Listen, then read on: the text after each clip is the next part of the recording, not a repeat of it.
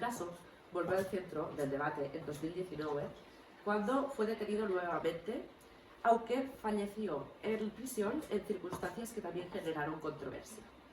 Más allá del caso individual, lo que nos interesa aquí es lo que revela la posible existencia de redes de complicidad o silencio, el papel de las instituciones en la protección o no de las víctimas, y cómo el poder puede influir en qué historias se investigan y en cuáles no.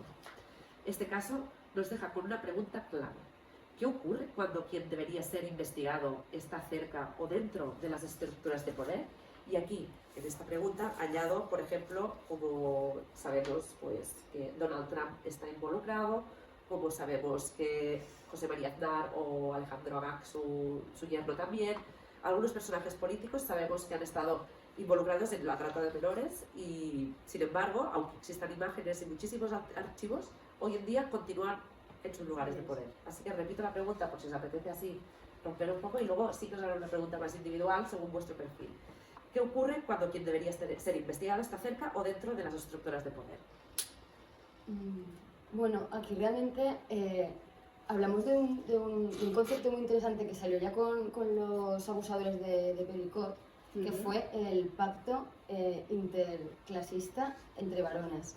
Y es muy interesante porque eso revela que, a pesar de pertenecer a diferentes clases sociales, incluso de diferentes ideologías, porque hemos visto que había desde las izquierdas hasta las derechas que estaban manchos y tal, aún así, estos hombres de poder, estos hombres intocables, ¿no?, han seguido entre ellos protegiéndose muchísimo. Entonces yo creo que va bastante, porque cuando el tema es que habla de agresiones sexuales, ¿no?, a mujeres y menores, cuando es un tema de esta índole, ¿no? Que de repente ya se rompen todos sus ideales, todas sus ideologías, ¿no? Entonces yo creo que sí, que va un poco por ese pacto que tienen, ¿no? Bueno, yo sinceramente lo que creo es que poder y sexo está siempre relacionado, no es una cosa de ahora. O sea, es algo que ha ocurrido siempre, está bajo las redes de nuestra sociedad, ¿no? Y lo que ocurre, antes has dicho que estaban involucrados, ¿no? Están. Sí. Están. Pero no solamente los personajes que has nombrado. No. Todavía esta red invisible que está bajo la sociedad continúa. Continúa porque poder y sexo, poder, sexo y dinero está relacionado. Cuando una persona tiene poder y tiene dinero, cualquier persona está a la venta. Cualquier persona es suya. Y eso es lo que ocurre ahora y desde hace muchos siglos. La mercantilización. Sí. Mercantilización de las criaturas y las mujeres. Del ser humano. Del ser humano. Estamos intentando desde el siglo XVIII hacer una sociedad en la que nadie, o sea, que no sea una sociedad tan pobre que nadie tenga que venderse, ni que nadie sea tan rico que pueda comprar. Y no lo conseguimos. No lo estamos consiguiendo. Qué interesante. Ese es el problema. Bueno, he mencionado a Rousseau, o sea, no es mío esto. O sea, pero lo estamos intentando desde el siglo XVIII. Pero no hay manera. No hay manera. Alicia, no sé si quieres aportar algo. Sí. Habíamos hablado acerca del abuso sexual infantil como un abuso de poder.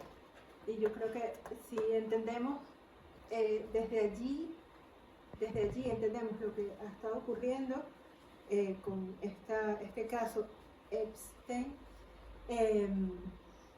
podemos entender que los poderosos en general no están interesados en nuestro bienestar nunca. Y además esta es la respuesta prácticamente a la presentación que hemos hecho anteriormente. O sea, ¿por qué a nivel global existen unas redes digitales que permiten que ocurran todas estas cosas? Bueno, porque los que tienen el poder son los dueños de estos medios y ellos son élite y ellos no están interesados en el bienestar, ellos están interesados en seguir sosteniendo el poder, el poder económico, el poder político, etc. Eso es lo que ellos quieren y así los tienen sometidos. Claro, y esto genera un gran impacto, porque al final es la impunidad, ¿no? Yo creo que no podemos hablar de los casos Epstein igual que de los casos de la IA y de los delitos de ciberacecho sin hablar de qué está pasando con las consecuencias. Es decir, ¿no? Antes también lo comentabas de deciros que cada acto tiene que tener su consecuencia, y entonces si estas consecuencias no son suficientemente contundentes, de alguna forma tampoco no animan a que haya un cambio real. Entonces, así desde diferentes ámbitos, ¿qué fallos, Laura, estructurales identificas en el problema de los archivos de Epstein? Bueno, como estábamos todo el rato comentando, lo que aquí se pone en relieve con este caso es la impunidad, ¿no?, de estos hombres intocables, oligarcas de élite, como los queramos llamar, y realmente este caso de lo que va es de clase y de género, ¿no? Y va del poder de disponer, de, como has dicho tú antes, de disponer de la vida y del cuerpo de las mujeres y de las menores, ¿no? Y realmente yo lo que me gustaría centrar en este caso, y creo que es el fallo más grande que se ha cometido, es en la desprotección absoluta de las mujeres y de las menores. Porque claro, ¿qué pasó? Que cuando se desclasificaron todos estos documentos, lo que pasó fue que todos los datos personales, imágenes, vídeos de contenido, bueno, de agresiones sexuales, salió toda la luz. Había muchas mujeres víctimas que no querían verse expuestas a esta exposición, y realmente con esto no se está haciendo completamente nada. Entonces, ¿qué pasa con estas mujeres? ¿Qué pasa con esto? Realmente ha habido muchos abogados de estas mujeres que han reclamado para el Departamento de Justicia que se retiren estos documentos, pero de momento creo que no se ha hecho. Y claro, y si se ha hecho ya es tarde, ¿no? Porque estos documentos ya están en la red, ¿no? Y entonces, claro, estas mujeres realmente no se ha prevalecido en ningún momento por su protección, cuando esta ley que ha obligado a desclasificar estos documentos también estaba obligada a proteger la identidad de estas mujeres, realmente. Entonces, me parece de una gravedad extrema y de hecho algunas lo han dicho, algunas mujeres incluso han dicho que sienten que se está protegiendo más a los agresores que a ellas mismas. Es que no es que lo sientan, bueno, es verdad. Exacto, sí, o sea, lo Ya no siento, se quiero enteran, decir, ya no se lo han enteran, dicho pero y sí. es verdad, Pero es verdad. Sí, lo reafirmo yo también, que también por todo lo que he leído y tal, claramente, ¿sabes? O sea, entonces, bueno, me parece como algo de mucha gravedad, ¿no? Que ni siquiera se hable de eso, que se prevalezca el morbo, porque realmente este caso, si ha salido a la luz y ha tenido eso mediático, es porque es un caso realmente que se ha hecho viral, porque tiene todos los componentes, ¿no?, para que se haga. Es decir, famosos, dinero, poder, ¿no? Sexo. Sí. Cuando realmente me gustaría también aportar que por aterrizarlo esto en España, también hay casos de agresión, o sea, claramente hay casos de agresiones sexuales a menores, y eso no se habla. Está súper opaco, súper silenciado. ¿Por qué? Pues porque pasa en casas normales, porque normalmente será pues tu padre, tu vecino, tal. Y realmente pues lo que hablamos siempre en esta institución de la familia, pues cuesta más realmente destruirla o cuestionarla. Entonces esto también es muy importante también ponerlo, que también una crítica también muy grande, pues claramente a los medios de comunicación en este caso, que tienen mucho poder, es que no hablan de esto, no les dan un espacio a estos casos que pasan reales, por ejemplo en España, que estamos aquí, o en cualquier otro país, vamos, que seguro que también pasa. Entonces creo que ese punto también es importante de darnos cuenta que aquí no se está dando ningún tipo de espacio, ¿no?, a algo que también es una realidad fuera del caso de Einstein, que al final pues también es importante mencionarlo, por supuesto. Y tanto, sí. Pues sí. Y en el campo de la psicología, ¿nos podrías decir por tu experiencia profesional qué impacto tienen las víctimas que el agresor tenga poder e influencia? Que ya hemos quedado en que es algo que aparece en muchísimos escenarios, no tanto cuando es entre iguales, ¿no?, que también hemos dicho que las cifras son muy altas. Pero tú, que has trabajado como profesional, ¿nos podrías decir dónde centrarías tú el foco, por favor? Sí. Realmente estos casos aplastan por completo a la persona desde el punto de vista psicológico. Porque si tu agresor es poderoso, tan poderoso, que puede pasar debajo de la mesa el abuso, la agresión, quedas completamente anulada, ¿sabes? Completamente anulada. O sea, ni hablamos de la autoestima, ni de la integridad de su mundo psicológico, la angustia, el sentirse perseguida. Es terrible. Y para la recuperación de las víctimas, ¿tú ves que existen diferencias, por ejemplo, entre el que cuando hay una figura de poder o entre iguales ves diferencias a la hora de... Claro, hay una gran diferencia cuando es una figura de poder, incluso de poder dentro de la familia, no solamente poder social como en este caso de Epstein, sino en la familia, cuando es una figura que tiene más poder la que ha ejercido el abuso, evidentemente que hay una enorme diferencia. Y generalmente el gran problema del abuso sexual es que para que la víctima tenga paz requiere justicia. Y eso, para nosotros los psicólogos, poder apoyar a nuestros pacientes para que alcancen la justicia, es un proceso bien complejo, dadas las circunstancias de la estructura social y jurídica en prácticamente todos los países. No existe ningún país ideal, no existe ningún sistema de justicia ideal, ninguno, y de verdad que lo digo con conocimiento de causa, porque pues en mi caso a mí me ha tocado acompañar a personas en lugares del mundo muy diversos, desde los países más desarrollados hasta los países menos desarrollados de acuerdo a la escala X, no sé quién hizo la escala, pero lo cierto es que lo he visto en los diferentes ámbitos y las víctimas todas, sobre todo los niños, las niñas, están completamente desprotegidos a nivel mundial. En algunos países se permite al menos, como decimos en Venezuela, patalear, o sea, hacer el berrinche de me estás vulnerando, me estás haciendo daño y puedo, aunque sea, hacer una manifestación. En otros ni siquiera es que puedas hacer una manifestación pública de que a tu hija, a tu hijo lo han abusado o lo han asesinado, porque es que, bueno, esto es... Yo recuerdo que hace poco estaban las buscadoras, un grupo de mujeres mexicanas buscando a sus hijos desaparecidos, y lo que vinieron a encontrar fueron huesos. Yo esperaba encontrar a mi hijo o a mi hija. Bueno, mira, al menos pueden alzar la voz, al menos. Pero es que hay lugares donde el sistema incluso es tan bien estructurado, y es el mundo desarrollado, que el sistema está tan estructurado que a tu hijo o a tu hija lo violentan sexualmente en un colegio y tú no puedes ir a alzar la voz. Siendo un país desarrollado puedes alzar la voz. Entonces, esto es un asunto sumamente complejo, porque si a un niño va el policía a hacerle la entrevista, o a una niña, se va a cohibir, o sea, no va a poder hablar. Porque si es muy difícil hablar de abuso sexual con cualquier persona cercana, imagínate con un policía, que por mucho dice que tiene técnicas psicológicas y tal, el niño se va o la niña se va a inhibir de hablar. Entonces, esto es muy, muy complejo, porque realmente la paz de la persona que ha sido víctima de abuso está en la justicia. Esa es su verdadera paz. Hacemos todo lo posible por reparar, y las personas hacen un crecimiento postraumático. El crecimiento postraumático implica un cambio en el sistema de creencias e implica una acción correctiva y reparatoria.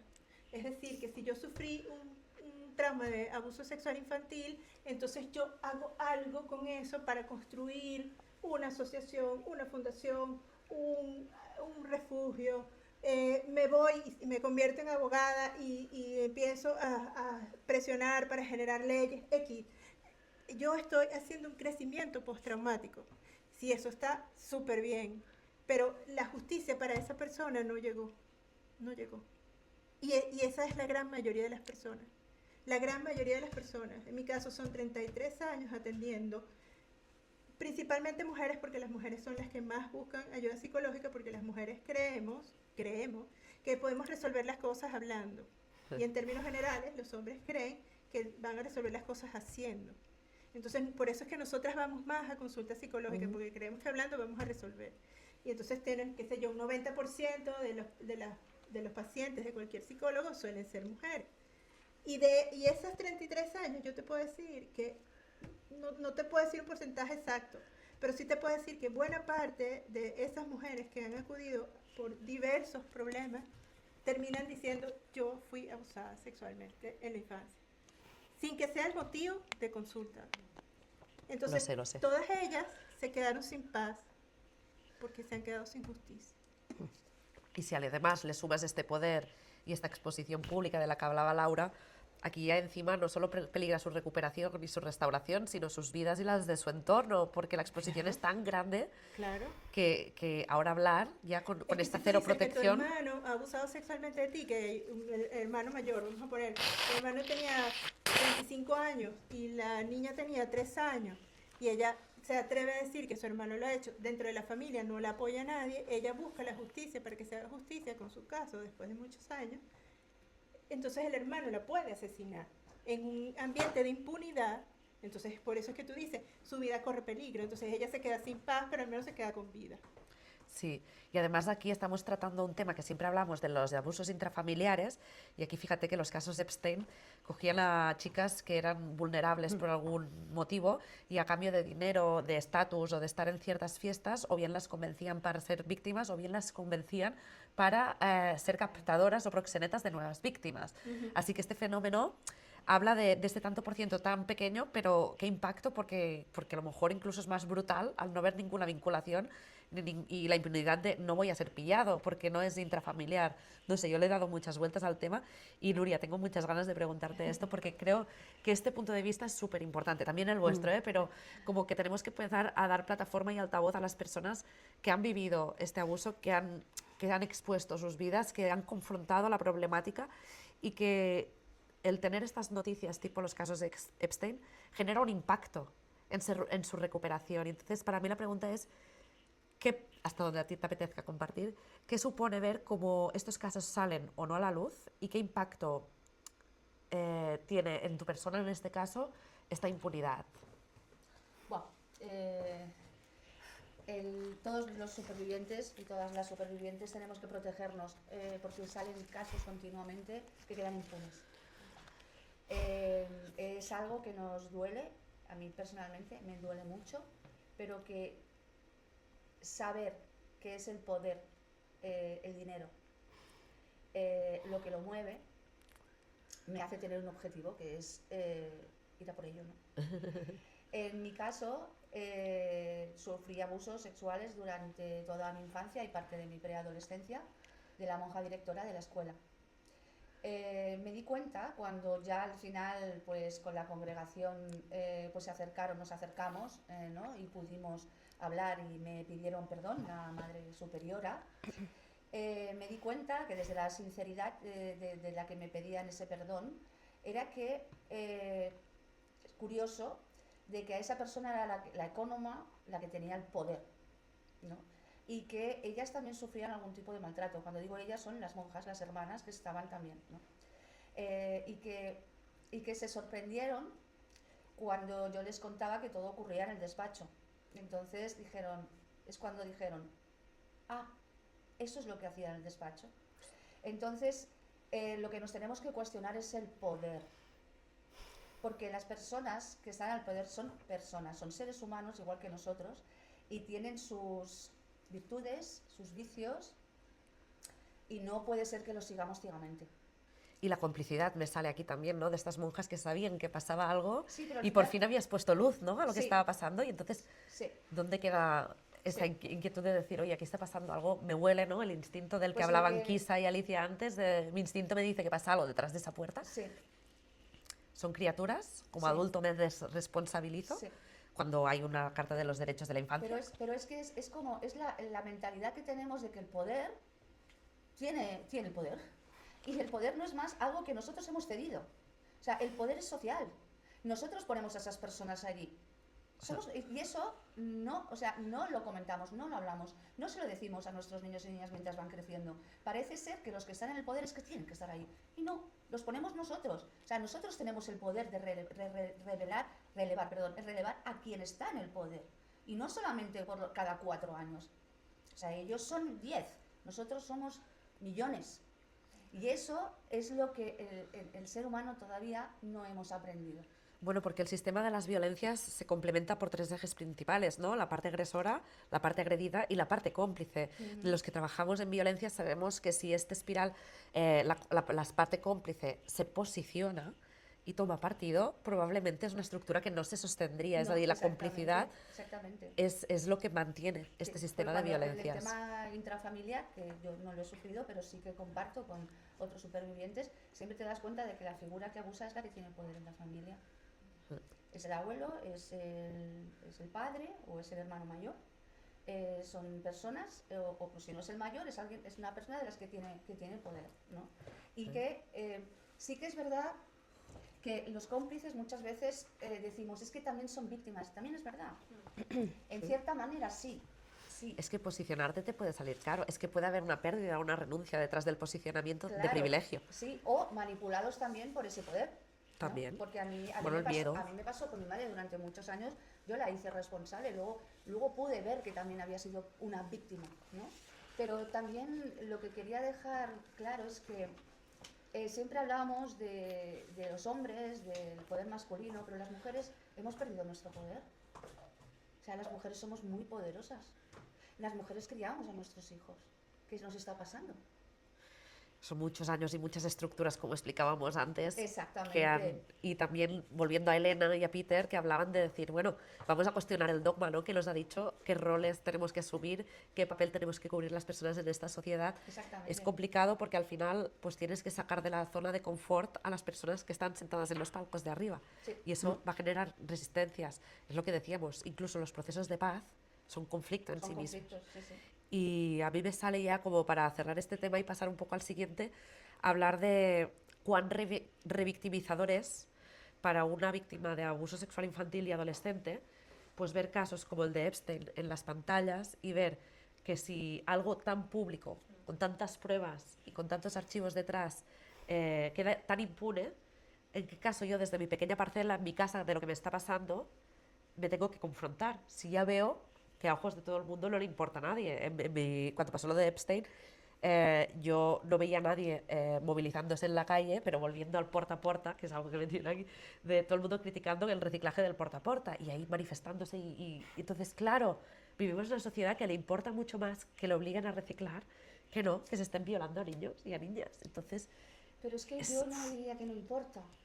No, hombre, claro que importa. No, es una claro, porque sí que importa, pero es una manipulación tan grande que hay del poder, que es a través del miedo.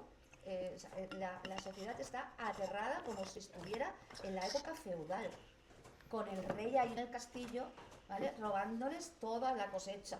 Estamos en la misma situación. O sea, hemos cambiado la forma de esclavitud, pero es la misma.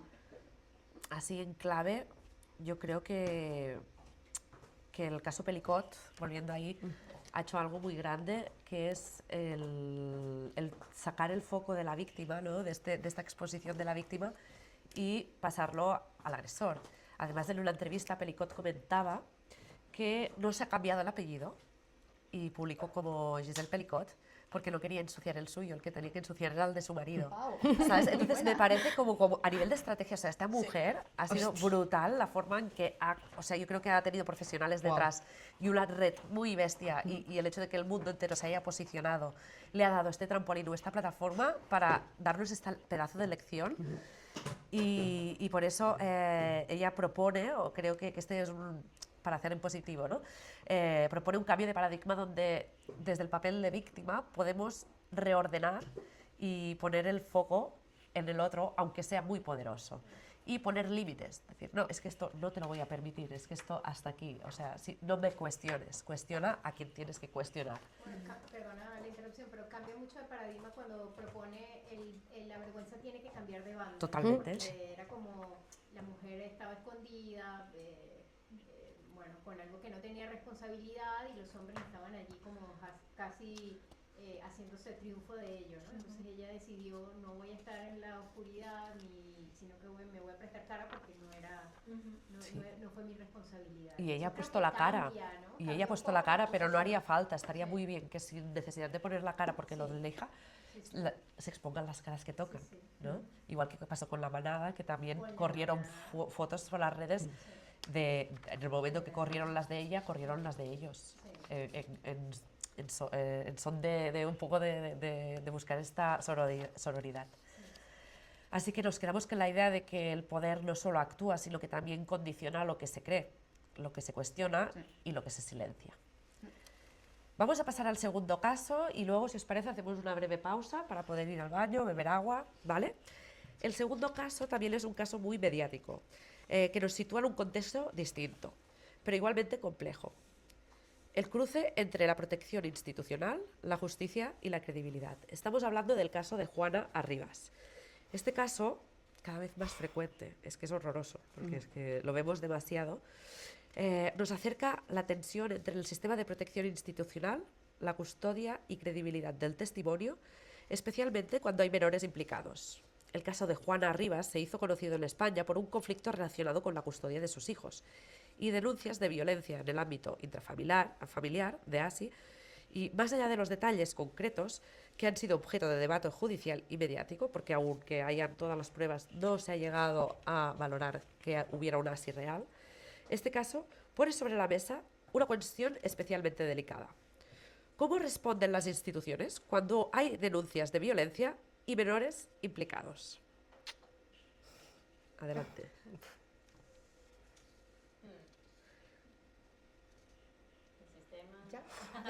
O sea, voy a continuar. Es una breve respuesta, porque luego os hago la pregunta concreta. Aquí solo es un poco para abrir el melón.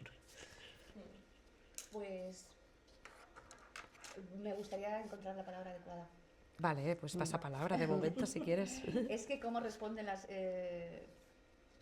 instituciones, es que claro, yo diría directamente fatal, pero no es la palabra que quiero utilizar. Con muy poca, no sé, ayúdame chicas, paso palabra, y son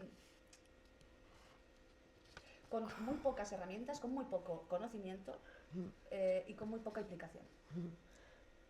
Fatal. Sí, sí, sí. Sí. Malo, malísimo. No sé si queréis añadir algo. Bueno, y sacándole esa credibilidad, ¿no?, a la mujer, yo creo. Sí, es que, bueno, claro, eso que era una pregunta así. Ya. Sí, para voy a lanzar. continuar, Sí. voy a continuar. Vale, Es un bien, poco bien. para ir calentando motores. Bien, bien. ¿Alicia? Es que nos ha dejado sin palabras. Vale, continúo a ver si... Es que el pasar de un tema a otro a veces cuesta un Sí, poco. sí, sí. Vale, aquí aparecen tensiones importantes. Por un lado están los derechos parentales, ¿no? Sí. Que no sé por qué no se llaman parentales. Esto también es... podríamos, como la colonización de los cuerpos, podríamos empezar a cambiar el vocabulario. Por otro lado, el principio de protección del menor. Y en medio, la credibilidad de los testimonios, especialmente cuando provienen de mujeres, esposas en este caso, o exesposas, niños y niñas. El caso generó una fuerte polarización social. Algunas voces señalaban fallos del sistema judicial en la protección de derechos de los menores. Otras advertían sobre los riesgos de cuestionar las resoluciones judiciales. Pero más allá de los posicionamientos, lo relevante para esta mesa es... A ver. Voy a lanzar también 3 preguntas, ¿vale? En general, y luego ya os pregunto más en concreto. ¿Cómo se toman decisiones cuando hay incertidumbre? ¿Qué peso tiene la palabra del menor? Y si los sistemas actuales están realmente preparados para priorizar su bienestar. Creo que ya hemos hablado de esto. Sí. Entonces, ¿podéis parafrasear o añadir alguna cosa? Cuando hay incertidumbre, lo que se suele hacer es intentar ser imparcial. Sí, equidistante, ¿no? Sí. Que al final es cómplice. Sí. Sí. Luego, un menor, ¿qué palabra, qué valor le damos desde tiene? este mundo edadista, ¿no? y jerárquico a un No menor? lo tiene. Por No eso lo tiene porque es la conclusión que se llega normalmente, y con de las parcelas de testimonios que yo sé, es que manipulamos a los hijos. Es una de las... es que es curioso que digan que manipulamos a los hijos. A los hijos los criamos y los educamos. Y de esa educación pues salen estos niños que le dicen a un juez: quiero estar con mi madre porque mi padre o me maltrata o me abusa. Y eso pues todavía no se acepta. En vez de decir, mira qué madres que bien educan, porque hacen niños que son capaces de dar voz a sus emociones y a lo que están viviendo, no. Es una criminalización. Los manipulamos. Sí. Sí. Así que podríamos hablar de un sistema completamente incapaz de priorizar las necesidades de las víctimas, sean menores o sean adultas, como lo hemos visto en otros Sí. casos. En este momento sí. Para no caer en un pesimismo pues bastante alarmante, diríamos que vamos avanzando, ¿no? Eso sí, pero no sé si ahora me das un poquito de tiempo para que diga lo que tengo que decir. No, ¿verdad? Te quiero hacer una pregunta concreta como desde tu experiencia, Vale. pero primero me gustaría continuar como planteando qué ocurre cuando proteger no está tan claro, ¿no? Y las instituciones deben decidir en escenarios de duda. Este es un poco el tema, ¿no? De decir, me faltan pruebas. Esto lo vemos también en casos de violencia de género. Es decir, muchísimas de las mujeres que han muerto este año por violencia de género detrás tenían denuncias y sentencias pues desestimadas por falta de pruebas, ¿sabes? A continuación te matan y pues sí que era, ¿no? Entonces vamos un poco tarde. Entonces, en el caso como Juana Rivas, ¿dónde fallan los sistemas de protección? Por ejemplo, Laura, ¿qué tensiones existen entre los derechos parentales, parentales, permíteme, y la protección del menor? Adelante. Yo creo que con lo que has preguntado antes, realmente yo creo que en esta sociedad es más fácil, como ha dicho ella, culpabilizar a la madre y verla como una interesada, una mujer que manipula, una mujer que está de alguna manera causando mal al hijo, que realmente reconocer que el padre es un agresor. O sea, para esta sociedad es mucho más fácil eso. Y entonces ahí es donde tenemos el problema, ¿no? Donde vemos que las resoluciones de los jueces salen que las mujeres lo que hacemos es generar un rechazo de los hijos ante los padres. Y entonces, de repente, la denuncia se da la vuelta totalmente y lo que acaba pasando es que el tema del arrancamiento, ¿no? que hemos hablado muchas veces aquí, bueno, en diferentes espacios, el tema de que de repente una mujer que denuncia una violencia de género, tanto para ella como para sus hijos e hijas, de repente se encuentra con que le arrancan a su hijo o hija.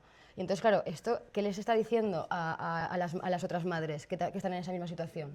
No denuncies, porque si denuncias te va a pasar esto, o sea, quédate mejor con tu maltratador, o el tuyo o el de tus hijos e hijas. Y entonces ahí es bastante, este tema yo creo que es bastante importante, ¿no? Que a día de hoy, de hecho, se está utilizando lo del tema del síndrome falso de la alienación parental, ¿no?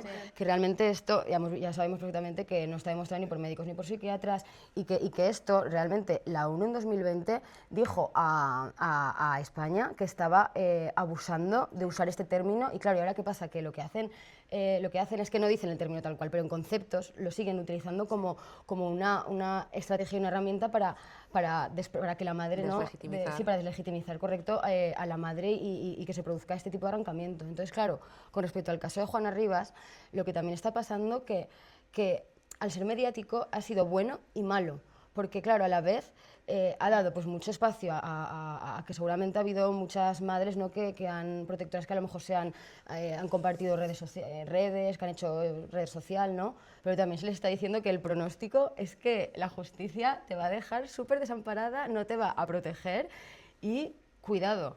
Entonces, bueno, este caso es complejo. Es un caso que además tiene esa doble complejidad de que trata dos jurisdicciones, ¿no? Como es la italiana y la española. Y aquí realmente lo que estamos viendo con este caso es un claro ejemplo de justicia patriarcal y machista.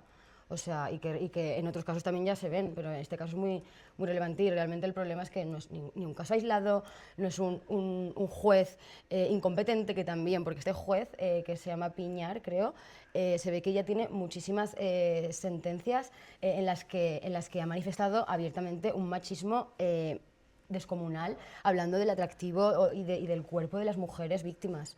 Y entonces, bueno, pero aquí estamos hablando de que es algo estructural, sistemático y que realmente cuesta mucho, ¿no? Cuestionar cuando una mujer está denunciando un caso no solo de violencia de género de ella, sino también de sus hijos e hijas.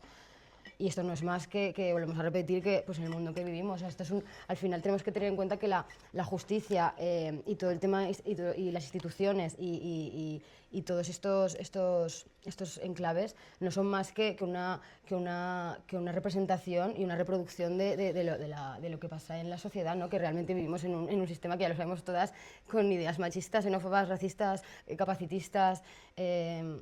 Entonces, simplemente el ordenamiento jurídico, o sea, estos operadores jurídicos lo que hacen es reproducir estas ideas machistas, ¿no? Entonces, realmente el problema aquí de los problemas que ha habido aquí en este caso es uno, por supuesto, la mala cooperación que ha habido entre las dos jurisdicciones, italiana y española, la falta de perspectiva de género total y luego, por supuesto, la invisibilización que ha habido de los menores, que es que no se ha escuchado absolutamente nada y realmente un menor tiene ya tiene derecho.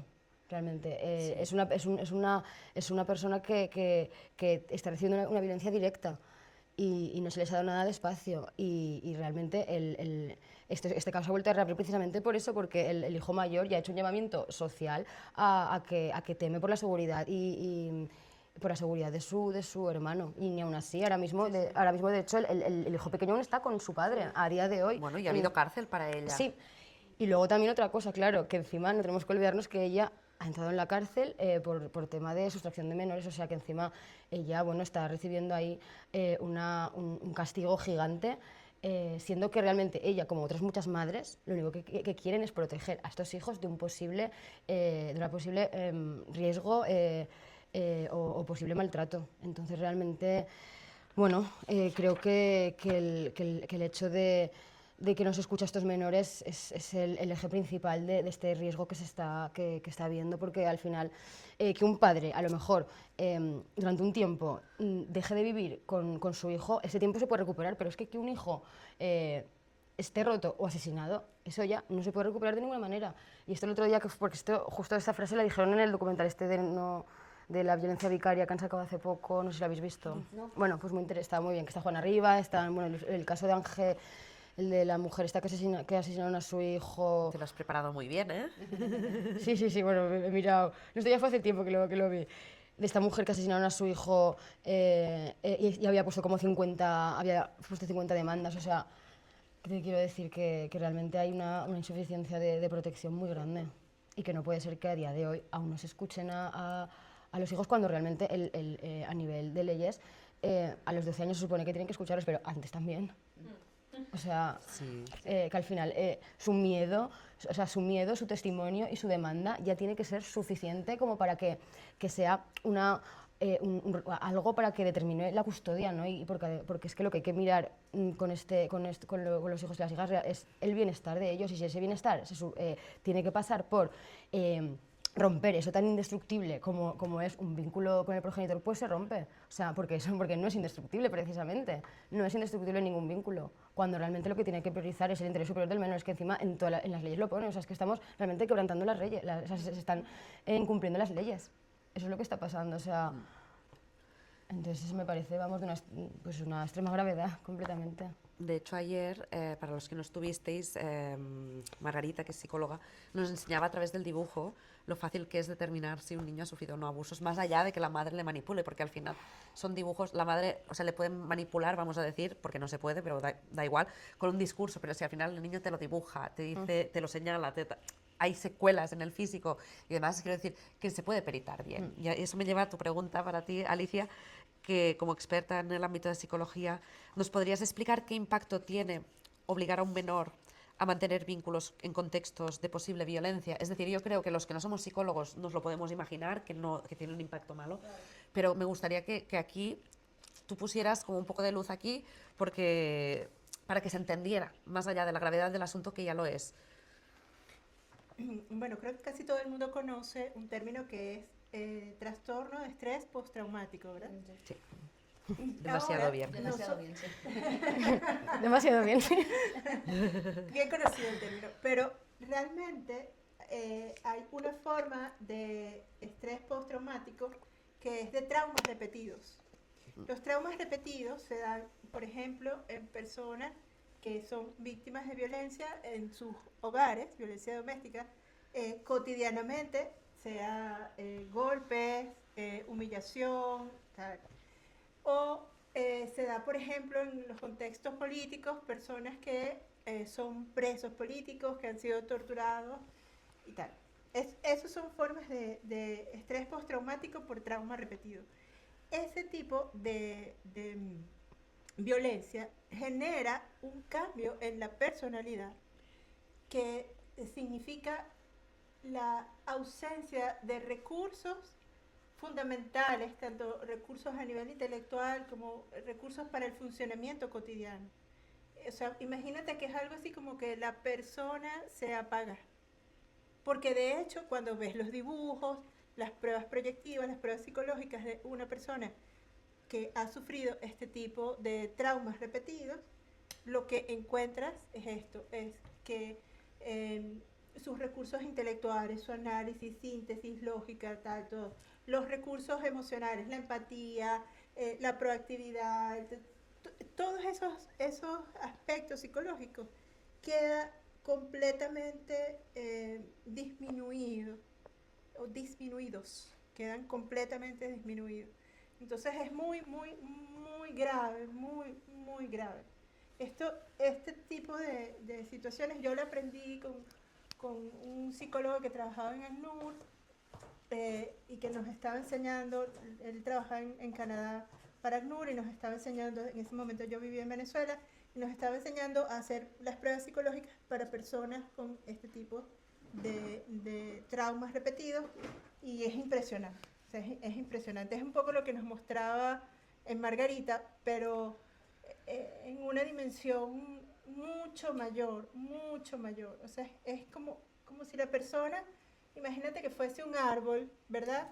Que bueno, sí, que tiene sus hojas y que da fruto, o que tiene flores, y queda completamente desprovisto de todo, o sea, peor que si estuviera en invierno, peor, seco, seco. Bueno, así queda la personalidad de alguien que ha sufrido traumas repetidos. Entonces imagínate, qué sé yo, los hijos de Juana, ¿verdad?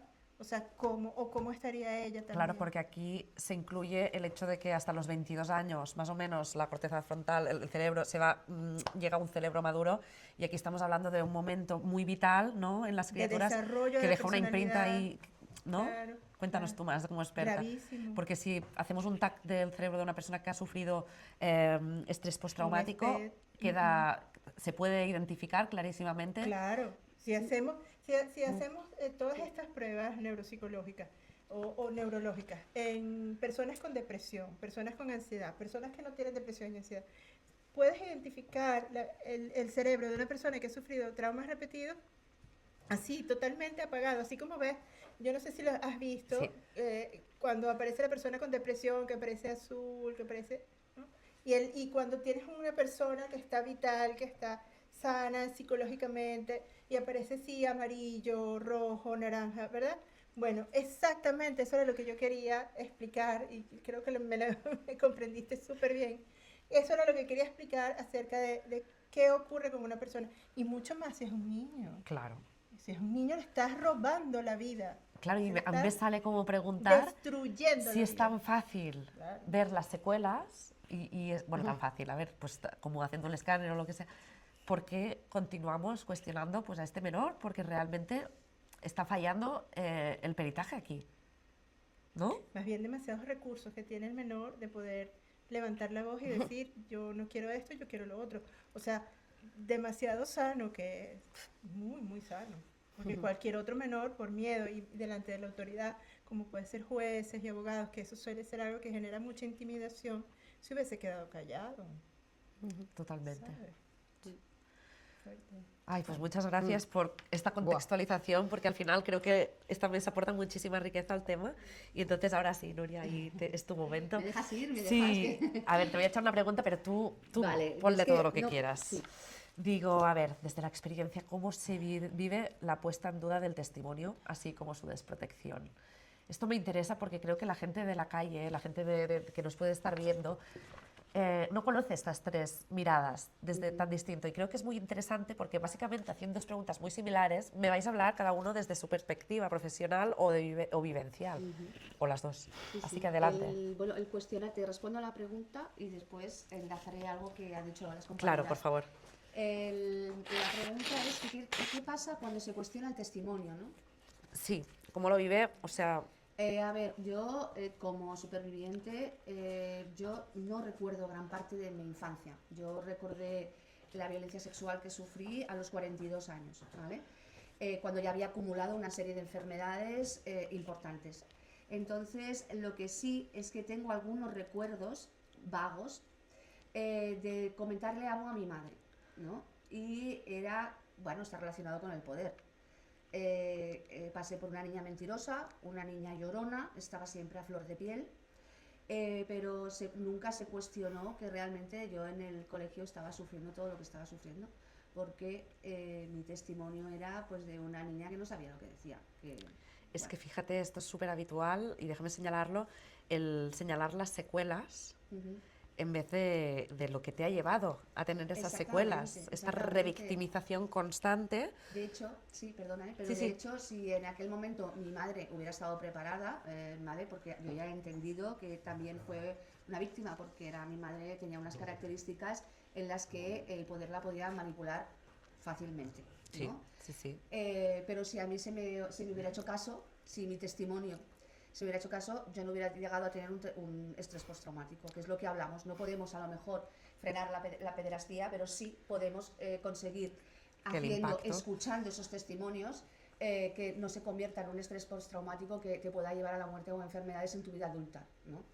O sea, es de vital importancia poner, cuando tenemos un testimonio, darle veracidad, al menos en el momento en que te lo está contando. Luego haz las pruebas que tengas que hacer, ¿no? Pero el testimonio de un niño o una niña es bastante complicado de que se lo invente. Eso ya lo hemos aprendido, ¿vale? Sí. Y es bastante fácil de saber si la madre ha manipulado o el padre, ¿vale? Porque también está, yo me he identificado como una víctima superviviente de una mujer, ¿no? Y también ocurre, son en casos menores, pero ocurre, ¿no? Sí. Pero la importancia de darle veracidad al testimonio es frenar todo lo que he dicho, ¿no? El ponerle rápidamente solución, porque lo hemos dicho muchas veces en muchas charlas que hemos hecho. Tú, cuando te haces una herida profunda y te la curas, te la sanas y te la cosen, ¿vale?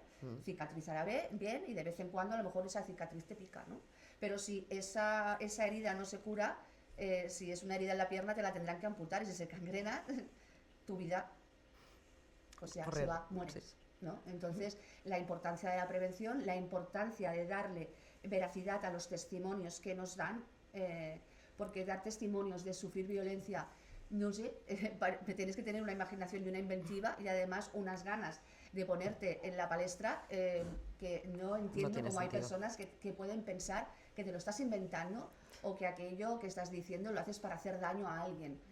Lo primero que vas a sufrir es daño sobre ti mismo, o sea, un doble dolor. Las posiciones muy altas. Exactamente. De todas maneras, venimos de un contexto, probablemente tú más cerca de si tu marido te pega, algo habrás hecho, si tu profesor te trata mal, algo habrás hecho, y ahora hemos pasado al extremo contrario, sí, de que los profesores o las figuras de autoridad o anteriormente de autoridad se sienten amenazadas por estas familias y esta protección de garra que comentaba, ¿no?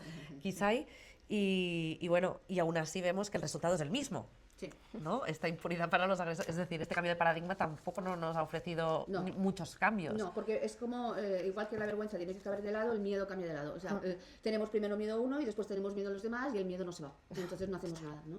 Y yo lo que sí que quería añadir sobre la estructura que tenemos de poder es que, y qué pasa con la justicia. La justicia, lo primero que tiene que ser es justa, ¿vale? Con eso lo digo todo. Nos cuadra. Con eso lo digo todo, ¿vale? Y lo que pasa con la justicia es que ahora somos ciudadanos con bastante formación, ¿no? Como para acatar una sentencia, porque la tenemos que acatar, somos inteligentes y tenemos que, pero no tengo por qué estar de acuerdo. Hombre, nadie te puede arrebatar tu derecho Sí, pero lo están pretendiendo. O sea, tú dices, yo lo acato, tengo que ir a la cárcel, voy, pero no estoy de acuerdo con lo que está haciendo, por esto y por esto.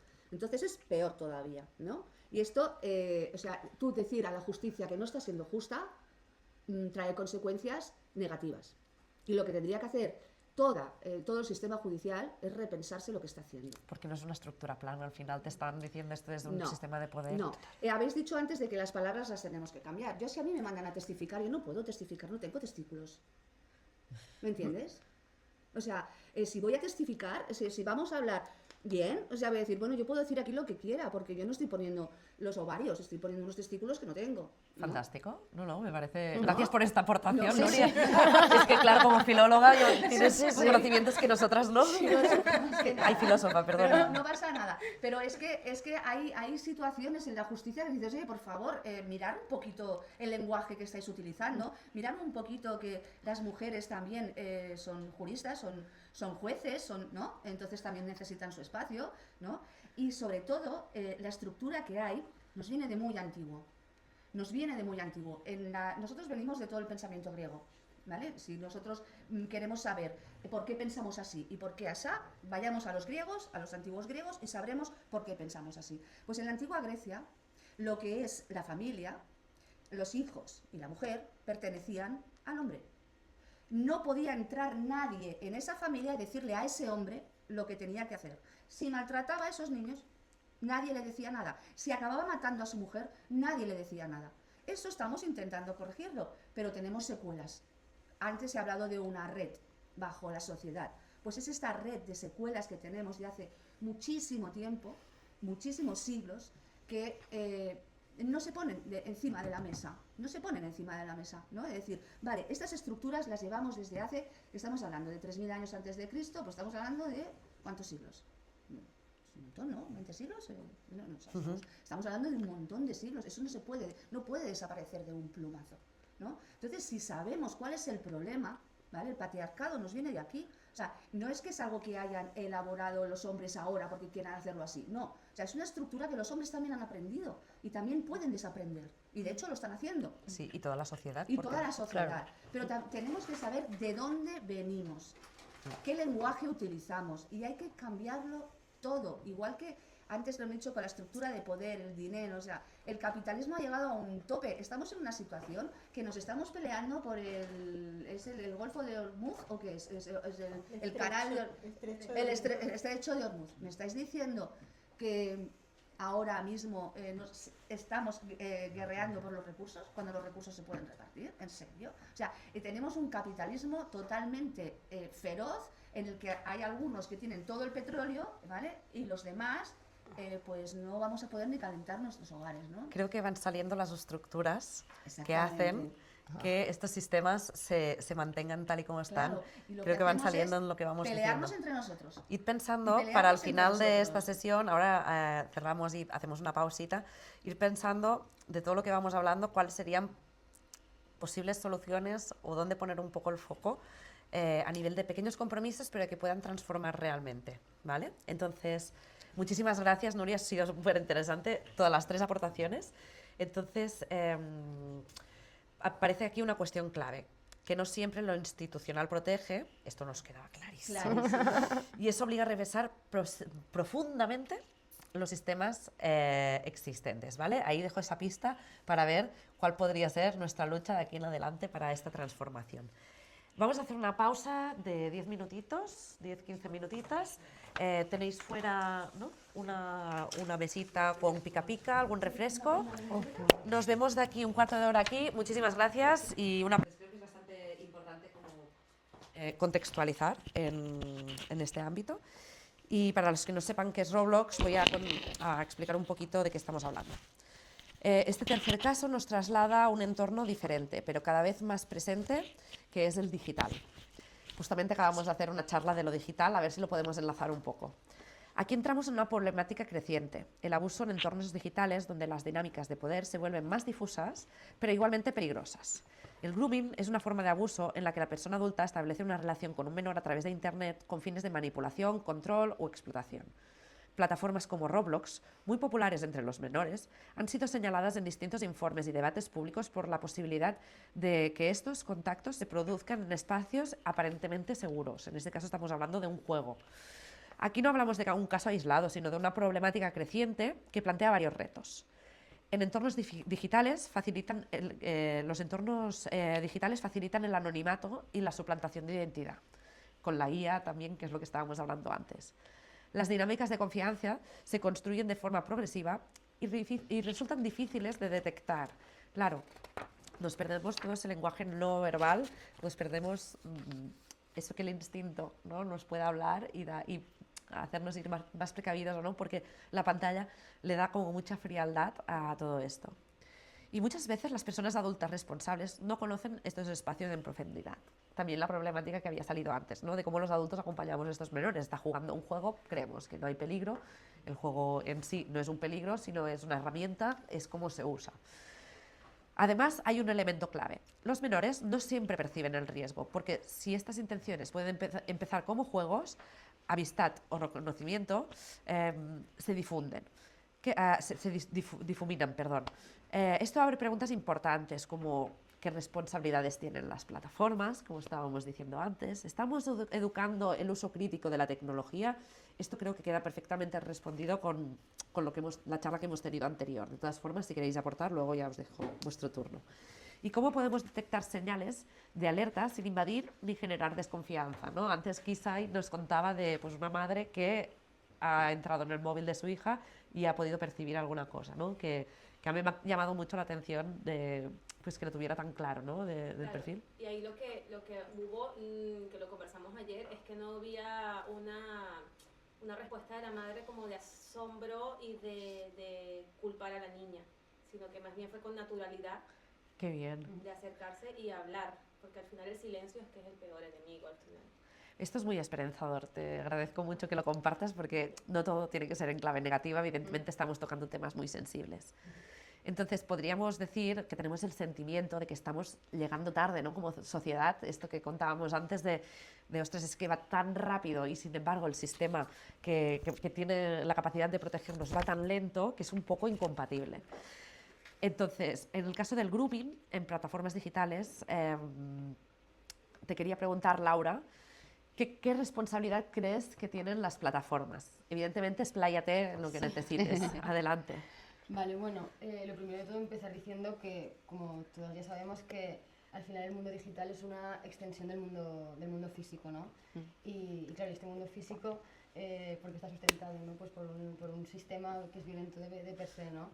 Entonces, claro, Internet realmente, o sea, tenemos que ser conscientes del gigante que nos estamos enfrentando a Internet, ¿no? Que al final, como ha dicho ella, está facilitando que se pongan en riesgo conductas relacionadas con la violencia sexual a nuestras y nuestros menores y adolescentes. Entonces, bueno, yo con respecto a este tema he hecho como un análisis de las diferentes plataformas, ¿no? que más frecuentan los adolescentes, las adolescentes y los menores.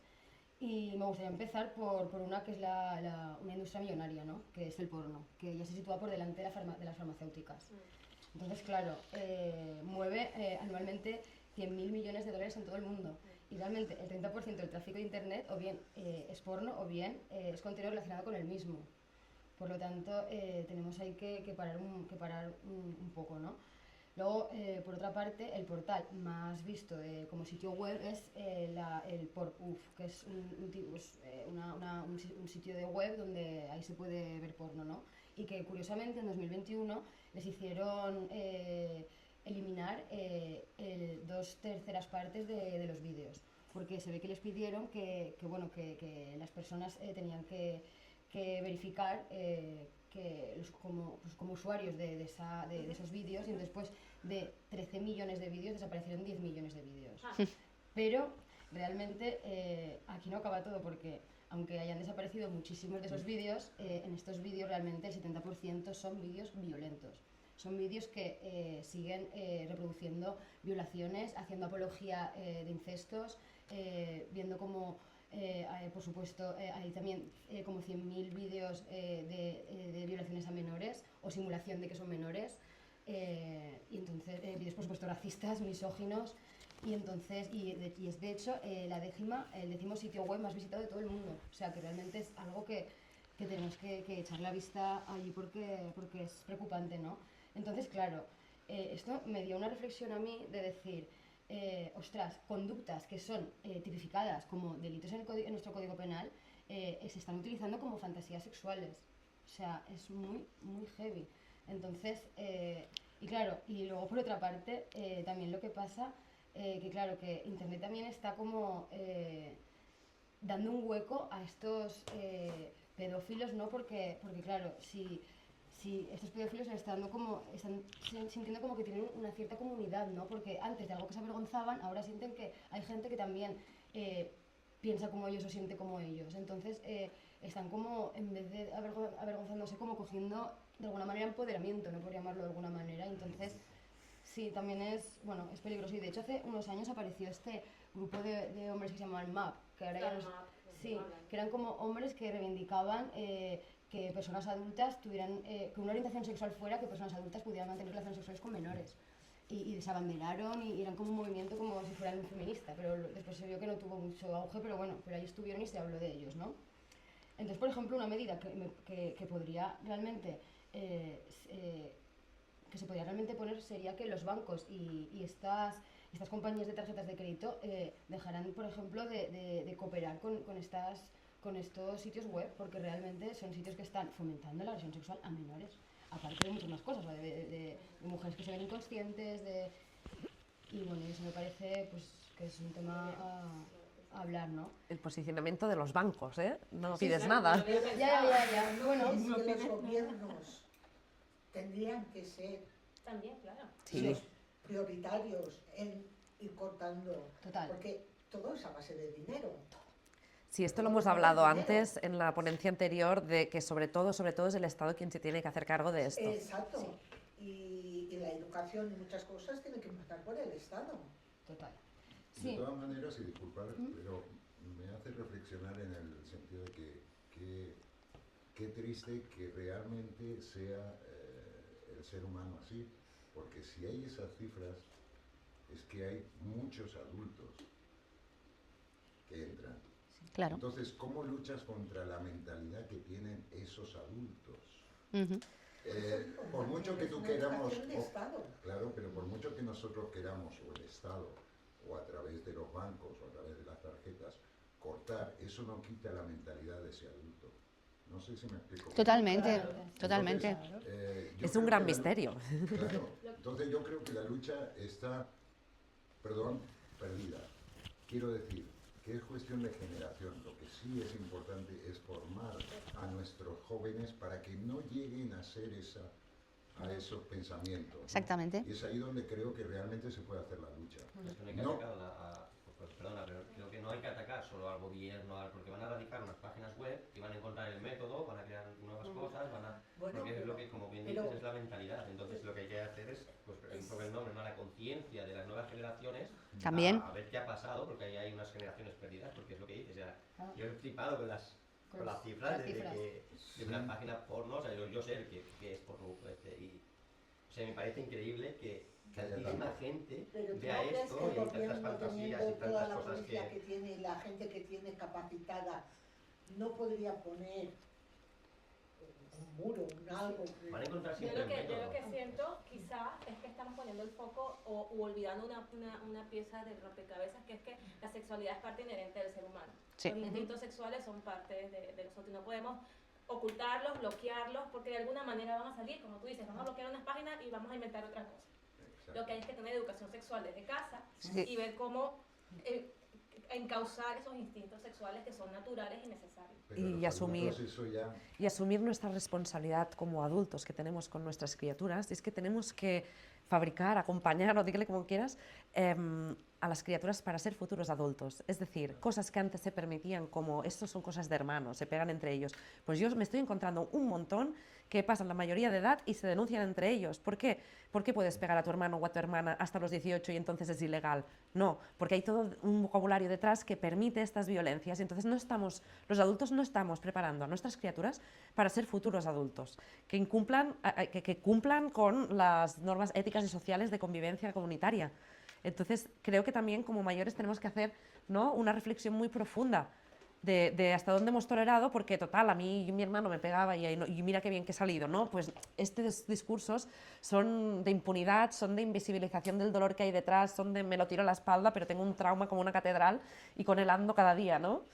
Y bueno, si os parece... Yo tengo una amiga que es maestra y desde hace muchos años siempre me viene diciendo lo mismo.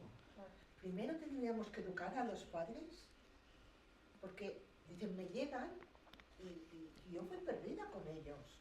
Dice, y luego hablo con los padres y dices, Claro. Que Normal. necesitan educar primero a los padres. ¿Cómo quieres que yo eduque a tu hijo si tú ya en tu casa le pones esta base? No, y Claro. porque tenemos hijos por sistema, porque toca. Pero ¿dónde está la conciencia a la hora de traer criaturas a este mundo y de decir cómo lo vamos a hacer? Porque Exacto. para dejar un mundo mejor, ¿no? No para traerlos a este mundo para que perpetúen de alguna forma. Bueno, ahora estamos mencionando. Sí, Venga. se abre el debate. Vamos a por ello. Vale, y luego también otras plataformas que me parece también de importantes de nombrar son las de OnlyFans, no sé si todas y todos Sí. sabéis, sí, y la de Sugar Dating. Vale, que esto, pues Sugar Dating es una plataforma en la que hombres de 50 de edad que tienen un cierto poder económico, a base de este poder económico conectan con chicas jóvenes y también muchas menores de edad, pues con un intercambio pues económico o de algún tipo de beneficio, ¿no? Claro, lo que decíamos antes, que ahora son los mismos jóvenes los que dicen Sí, exacto, eso es que normalizan estas situaciones, sí. Entonces, claro, estas situaciones que hacen, pues al final a las mujeres y menores les autoexponen y sobreexponen de manera sexual en las redes a cambio pues, de dinero, regalos y algún tipo de beneficio, ¿no? En la mayoría, el 97% de los perfiles de creación de estos contenidos son mujeres o menores, ¿vale? Las que tienen este contenido sexual. Y España, de hecho, es el quinto país que más crea contenido, ¿no? Que más creadores de contenido hay. O sea, el quinto. Entonces, realmente es algo que las menores... ¿Contenido real o contenido con IA? No, bueno, eso no lo sé. Sí, lo de la IA no lo sé. Pero bueno, que creadoras de contenido. No sé si es real o no, pero creadoras de contenido.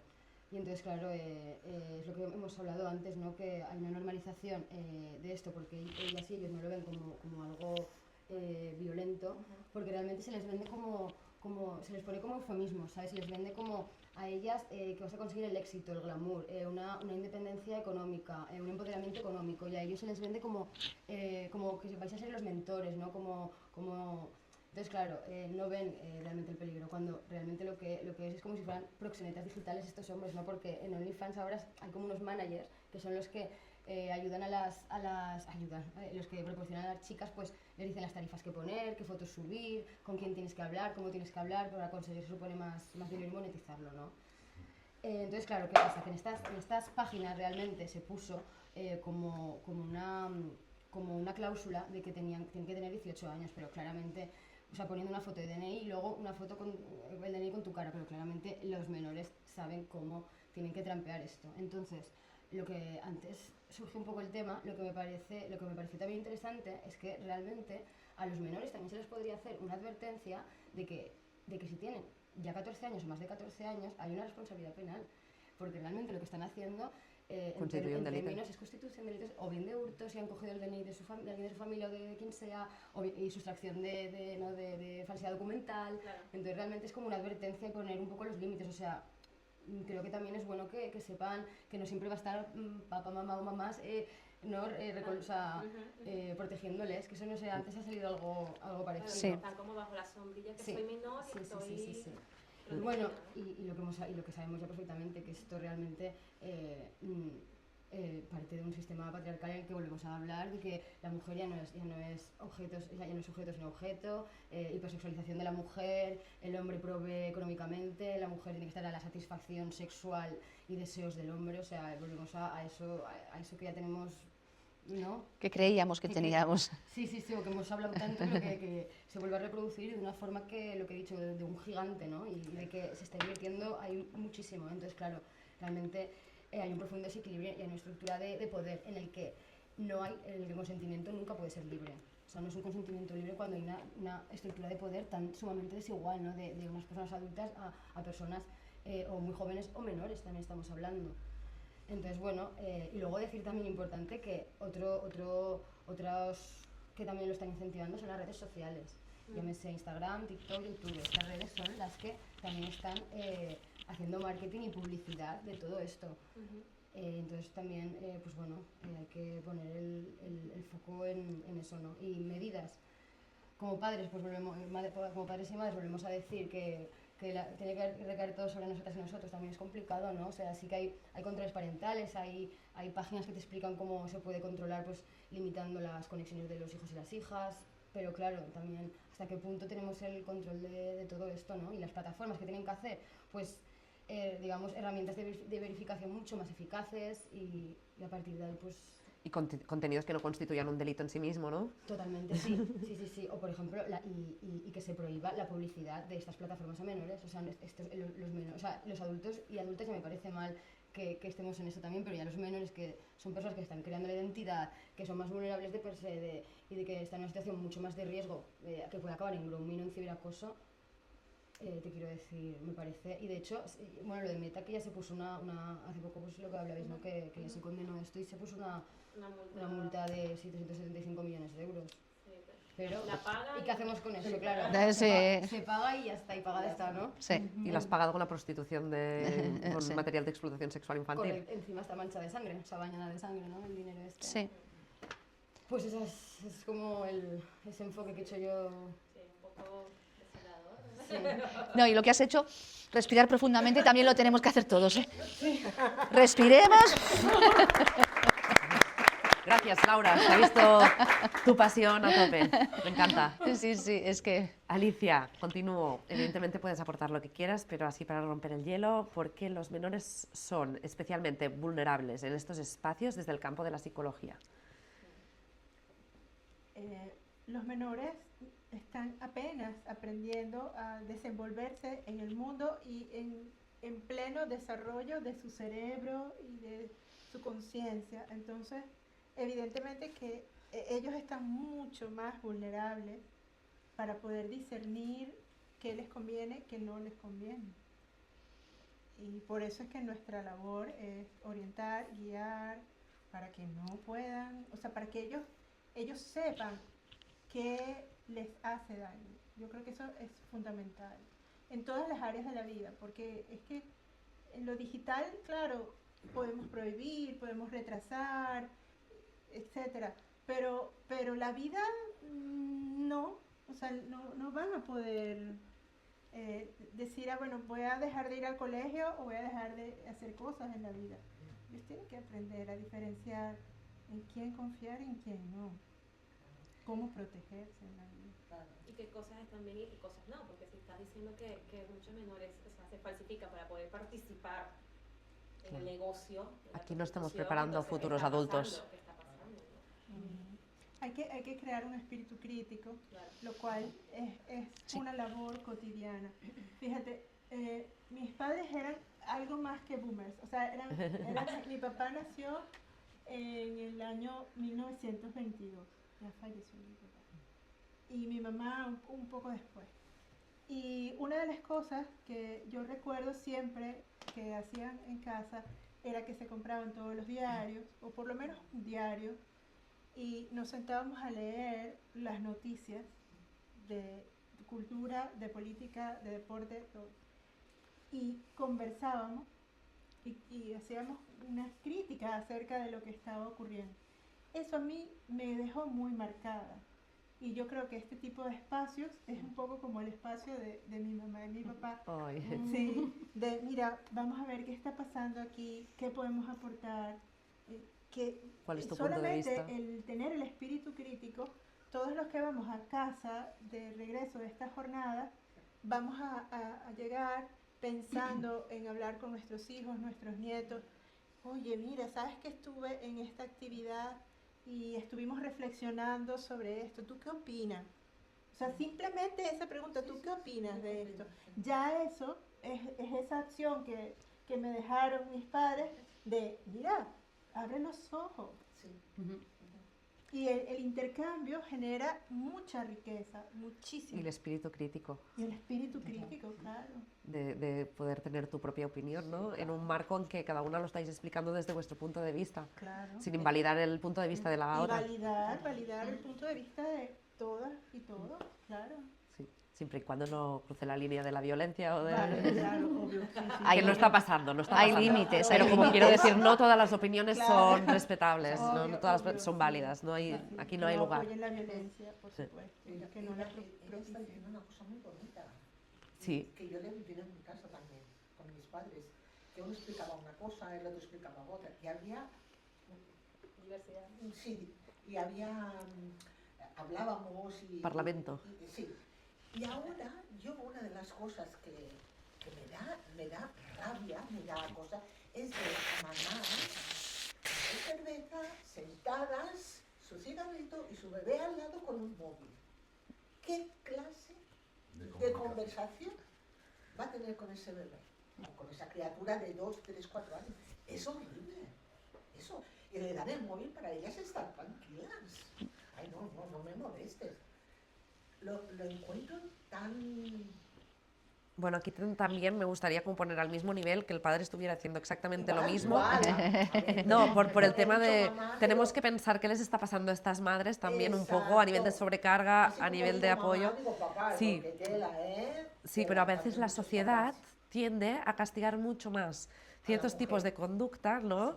Es como cuando tienes hijos y estás por ahí con tus amigas y tal, y ¿dónde han quedado los niños? ¿No? Pues los niños han quedado con su padre, pero nadie le pregunta al padre dónde se han quedado los niños, se da por supuesto pues que va a estar con su madre. Y son estas cosas que las tenemos como muy integradas y sin querer a veces habla esta parte de nosotros, ¿no? Y por eso quería clarificarlo como que completamente de acuerdo contigo, sí, pero en todas las esferas igual, o sea, al final dejar al niño con el móvil es pues dejarlo desprotegido delante de... y romper estas comunicaciones que forman parte de tu identidad al final. Nosotros, te he dicho, nuestra nieta con 9 años, no le dejamos el móvil para nada. No hace falta. No hace falta. Y está constantemente pidiendo un móvil porque fulanita, menganita, claro, no sé cuántos en el colegio tienen su móvil. Sí.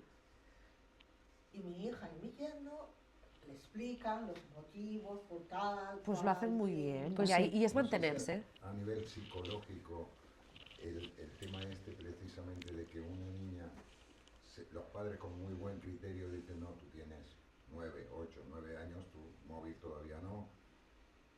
Y el hecho de que todas las otras amigas suyas tengan móvil... Presión social. Pero esto es igual con la comida, es como, ¿por qué a mí me hacéis comer verduras y mi amiga no come verduras? Eso creo que psicológicamente también es un ataque de la sociedad. Sí, sí. En contra de buenas costumbres, por decirlo de alguna manera, ¿no?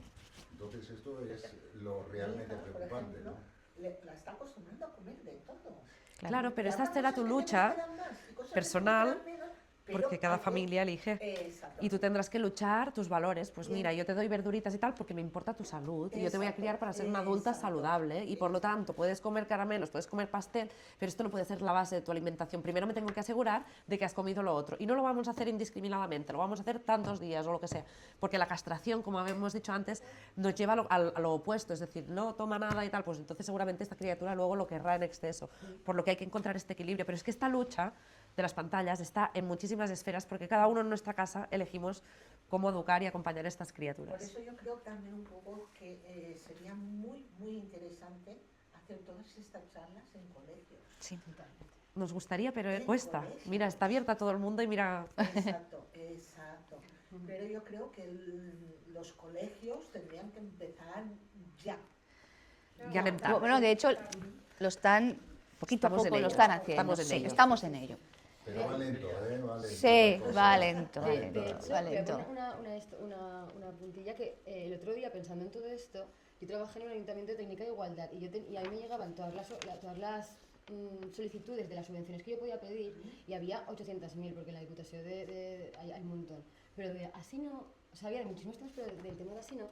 Y el otro día reflexioné sobre esto y digo, ostras, es muy fuerte, y hablé de todo tipo, o sea, a nivel de diversidad, a nivel de todo el tema LGTBI, o sea... Migración, sí, por supuesto, sí, de tema de deportes y dona y mujer, todo el tema de salud sexual femenina, o sea, una variedad de temas súper amplios y muy nutritivos todos y geniales, pero teatro, o sea, lo que sea, pero de así no había... Pero, ¿y de ninguna violencia hacia los menores? O sea, de violencia machista, porque englobamos el ASI dentro de la violencia machista en cuanto a que existe una estructura de poder que permite que la violencia sea en una dirección y no en la otra. Esto es lo que significa violencia machista, aunque mucha gente se crea que únicamente la puede ejercer el macho por el nombre que lleva, ¿no? Estamos hablando pues, de racismo, estamos hablando de clasismo, de violencia obstétrica, estamos hablando de muchísimas cosas, porque también hay infantilización y también hay paternalismo. Totalmente. Alicia, no sé si quieres aportar algo más en tu espacio. Pues va, Nuria, vamos a cerrar un poco esta sesión con el tercer caso. ¿Qué señales de alerta deberían conocerse hablando de ese menor, ¿qué puedes reconocer a lo mejor en tu experiencia o propia y en la de haber acompañado a otras personas? A ver, lo hemos comentado durante todas las jornadas, la importancia de la sexoafectividad. Eso tenemos que abordarlo sin miedo. Y lo que hemos comentado de que primero sobre sexoafectividad también los adultos tendríamos que interesarnos, ocuparnos, formarnos e informarnos, porque la sexoafectividad no es genitalidad. En la pornografía lo que nos encontramos es eso, ¿no? Y un tipo de mujeres que no existen en la realidad. O sea, entonces esto es hablarlo, es comentarlo. No, lo que tenemos son tabús constantemente. Y yo ya he comentado que mis hijas ya son mayores. Yo la verdad es que no he tenido el problema de las redes ni del móvil. Yo también como Kisa, es que Kisa ha hecho una aportación antes muy interesante, que ahora con su niña le dice, yo ya te pagaré el psicólogo, ¿no? Pero yo no te dejo el móvil. Yo a mis hijas también les decía lo mismo. Digo, yo estoy haciendo una hucha para el psicólogo, no os preocupéis. Digo, así que tranquilas. O sea, si hay trauma, lo trataremos, ¿no? Pero es que más valiente es, o sea, no tener miedo. Antes hemos hablado, yo lo que sí que sé es que con las redes el poder está súper contento. Esto no, si la sociedad civil no se moviliza, el poder no lo va a hacer. Genera mucho dinero, tú lo has dicho las cantidades, y están así, ¿vale? Porque los menores son los adultos del futuro, y estos van a seguir consumiendo. Y vamos a seguir repitiendo los mismos patrones, ¿no? Y aquí, si no somos nosotros, la sociedad civil, los que realmente nos ponemos y nos creemos que ponemos en el poder nosotros a las personas que nos están manipulando, y las sacamos de él, o nos creemos eso o vamos a seguir igual. Ese es el problema con el poder. Nos han hecho creer que el poder está ahí por obra divina. Y el poder lo ponemos nosotros, y no solo cada 4 años. O sea, nosotros somos capaces, si queremos, de poder revertirlo. Pero luchamos contra un poder que no tiene ningún interés ni de protegernos, y ya no hablo de los políticos, está el poder económico. El poder económico es el que mueve realmente todos los hilos de la sociedad. El privilegio, no voy a soltar la batuta para dártela a ti. Claro. A mí me encanta estar dirigiendo esta orquesta.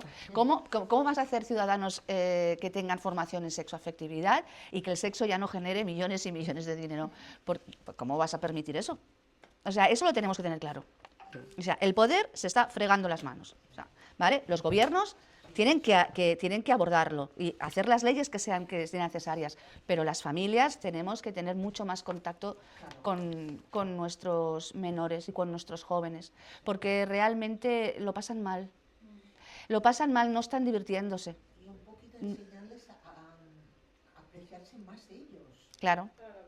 Claro, pero cuando te dicen que la mujer o el hombre ideal es ¿no? Y que tiene unas dimensiones de órganos y demás que tiene que... ¿Me entendéis, no? Con lo que estoy haciendo. Entonces, y que las mujeres tienen que tener una clase de vulva, ¿no? Que es la que nos sale en la pornografía. Y después... deseo implícito. Sí, o sea, y luego, claro, tú ves tu cuerpo y ves los que hay ahí, la autoestima, ¿dónde se va? Es que se va, pero totalmente. O sea... Claro, o sea, lo que tenemos que normalizar también son los cuerpos diferentes que tenemos todo el mundo y que son igual de bellos. Lo que pasa es que yo lo hablaba, yo soy docente y lo hablaba en un curso y decía, yo me puse de moda a los 30 años. Yo ahora tengo más de 50, tengo 58, pero yo antes tenía que ir a comprarme la ropa a la sección de niños, porque no había una talla 34 ni una talla 36. Mi constitución es delgada, ¿vale? O sea, soy así. O sea, no, así, ¿no? Y me tengo que aceptar y punto, ¿no? Pero claro, no era el ideal de mujer. El ideal de mujer era, pues, con sus medidas, con tal, y yo no las tenía, ¿no? Entonces, claro, de golpe y porrazo, llego a los 30 años y me hago de moda. O sea, en todas las tiendas hay la talla 34, 36, bueno, se ve que... Porque a los 30 años era el momento en que la moda eran mujeres anoréxicas. Exactamente. Pero ¿qué pasa luego entonces con todas las otras mujeres que tienen otra constitución? Pues ya está. Entonces ya no se quieren, ¿no? O sea, ya ves que no, porque hay un ideal de mujer o un ideal de hombre, porque ellos también están sometidos. Están muy sometidos también a una presión muy grande. Entonces la autoestima no puede aparecer. O sea, el tema de saber que todos los humanos somos diferentes, con las mismas necesidades y con los mismos derechos y obligaciones, pero diferentes en sí. Eso tendríamos que darle valor. pero no. Ahora se están haciendo de oro las clínicas de estética, ¿vale? Porque tenemos que tener unos labios tal, porque lo dice la moda, tenemos que tener o sea, tenemos que tener todo ello, ¿vale? Y que yo sinceramente pienso, todas estas personas jóvenes que están sometiéndose a un montón de operaciones para estar en ese ideal de mujer, ya veremos lo que pasará, ya veremos lo que pasará, porque cambiará el ideal, ¿y qué haremos? Bueno, y ha cambiado en la historia. Porque se quiten lo que se han puesto. Ya, claro. A mí me ha parecido súper interesante algo que has comentado, ¿no? Porque hasta ahora culpábamos mucho al Estado, a las plataformas, responsabilizaros, tal. Pero históricamente los cambios y el ganar derechos siempre han ido del mismo lado. Sí, es de la lucha sociedad. social. La lucha social, ¿no? es que no hay Entonces, otra cosa. igual aquí nos tenemos que organizar, así como para acabar y recoger un poquito más en clave positiva, que empezar a movernos más por esto y menos por tonterías que no cambiarán el mundo y que no Sí, cambiarán Marina, el orden mundial. Si me permites una Sí, cosa sí, más, adelante. nosotros somos la muestra de decir, no importa. Sí. Siempre lo hemos dicho, no llenamos estadios, pero cuando hablamos alguien nos escucha. Y eso va, a cada paso, va sumando. Sí. Y eso es lo que tenemos que hacer individualmente cada uno de nosotros. Muy bien. Pensar que sí que podemos hacer. Si nosotros hacemos algo mínimo que sea, hoy estamos aquí todos reunidos, es un gran logro. Es el efecto mariposa, ¿no? Que Sí, dicen. es un gran logro. Podríamos decir que el entorno digital no es ajeno a las dinámicas de poder, por lo tanto, las transforma, pero no las elimina. Es decir, no queda tan clara esta jerarquía, a lo mejor de buen inicio, aunque está ahí. Entonces, vamos a cerrar y a ver si nos podríais hacer cada una. Yo os voy a decir unas cuantas propuestas, pero me gustaría que dijerais una cada una, ¿vale? Porque tenemos que cerrar y pasar el testigo al mago. Sí. Y entonces, después de este análisis, queremos movernos hacia algo constructivo, ¿no? ¿Qué podemos hacer en todo esto que hemos criticado, ¿no? Para que las conversaciones de bar no se queden en el bar, ¿no? Que volvamos a casa y la cambiemos. Entonces, yo os propongo desde una medida urgente, que veáis claro, ¿no? Ya han ido saliendo, ¿eh? Si queréis enumerar las que ya habéis dicho a lo largo de vuestros espacios, adelante. Un cambio estructural necesario, ¿qué podríamos hacer como ciudadanía? ¿Qué pueden asumir las instituciones? ¿Qué responsabilidades podemos poner en las plataformas sociales? Han ido saliendo, pero si las queremos recoger así para acabar y irnos un poco menos disgustados a la casa. Sí. Adelante, independientemente, cada la que quiera. Pues fíjate que recojo mucho todo esto que has dicho tú del final y yo creo que nos tenemos que empezar a poner otra vez como sujetos activos del cambio, ¿no? Sí. Que realmente volver a creernos, ¿no? Que somos esas generadoras de bienestar. Y realmente volver otra vez a generar este tejido social y que nuestras bases sean la sanación, el bienestar, el apoyo mutuo y volver a crear estas redes sociales entre nosotras y nosotros, ¿no?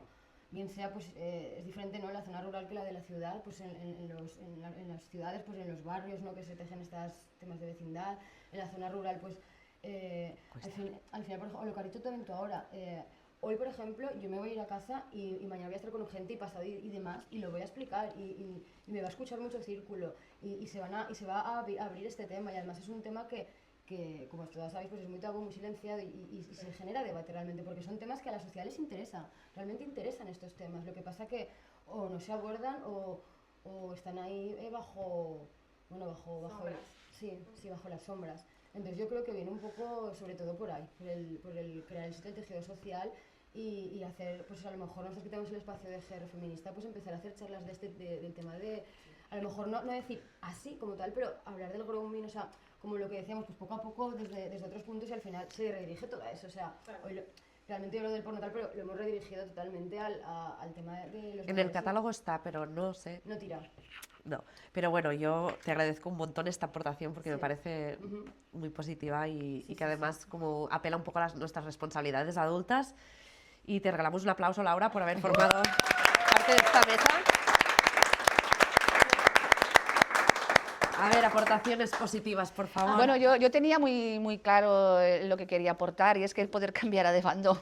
O sea, el poder es nuestro, el poder es de la sociedad civil y estamos anestesiados porque así lo hacen. No quiero tener toda la responsabilidad sobre nosotros porque es que es como lo de la rana, ¿no? Cuando la metes en una olla, ¿no? Si la vas calentando poco a poco, estamos ahí. estamos ahí, nos están calentando poco a poco, pero es que vamos a tirar mucha agua fría y eso es recuperar el poder civil, sí, bien, de la Nuria. sociedad civil. Muchas gracias. A vosotros. Por último, Alicia, cuéntanos. Siento que hay muy poco que decir después de, No pasa nada. después de las aportaciones que ya han hecho ellas dos. Pero, y que creo que coincidimos, Sí. afortunadamente coincidimos en lo mismo. Yo creo que hay que hacer mucho énfasis dentro de esta recuperación del poder civil y de las redes.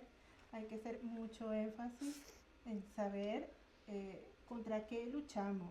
O sea, tener claro que esto es algo así como David contra Goliat. ¿no? Sí, Entonces, pero si nos miramos desde Pero Nuria... ¿quién ganó? claro, ¿Quién ganó con Claro. David y Goliat?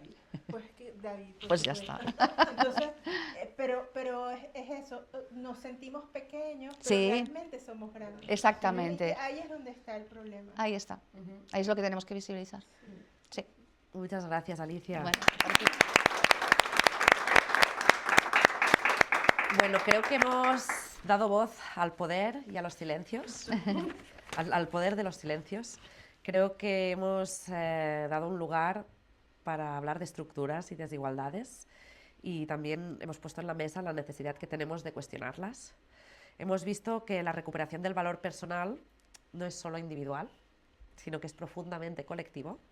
Y como mensaje en final me gustaría decir que desconstruir el poder implicará mucha incomodidad, pero también nos abre la posibilidad a construir espacios más justos, más conscientes y más seguros.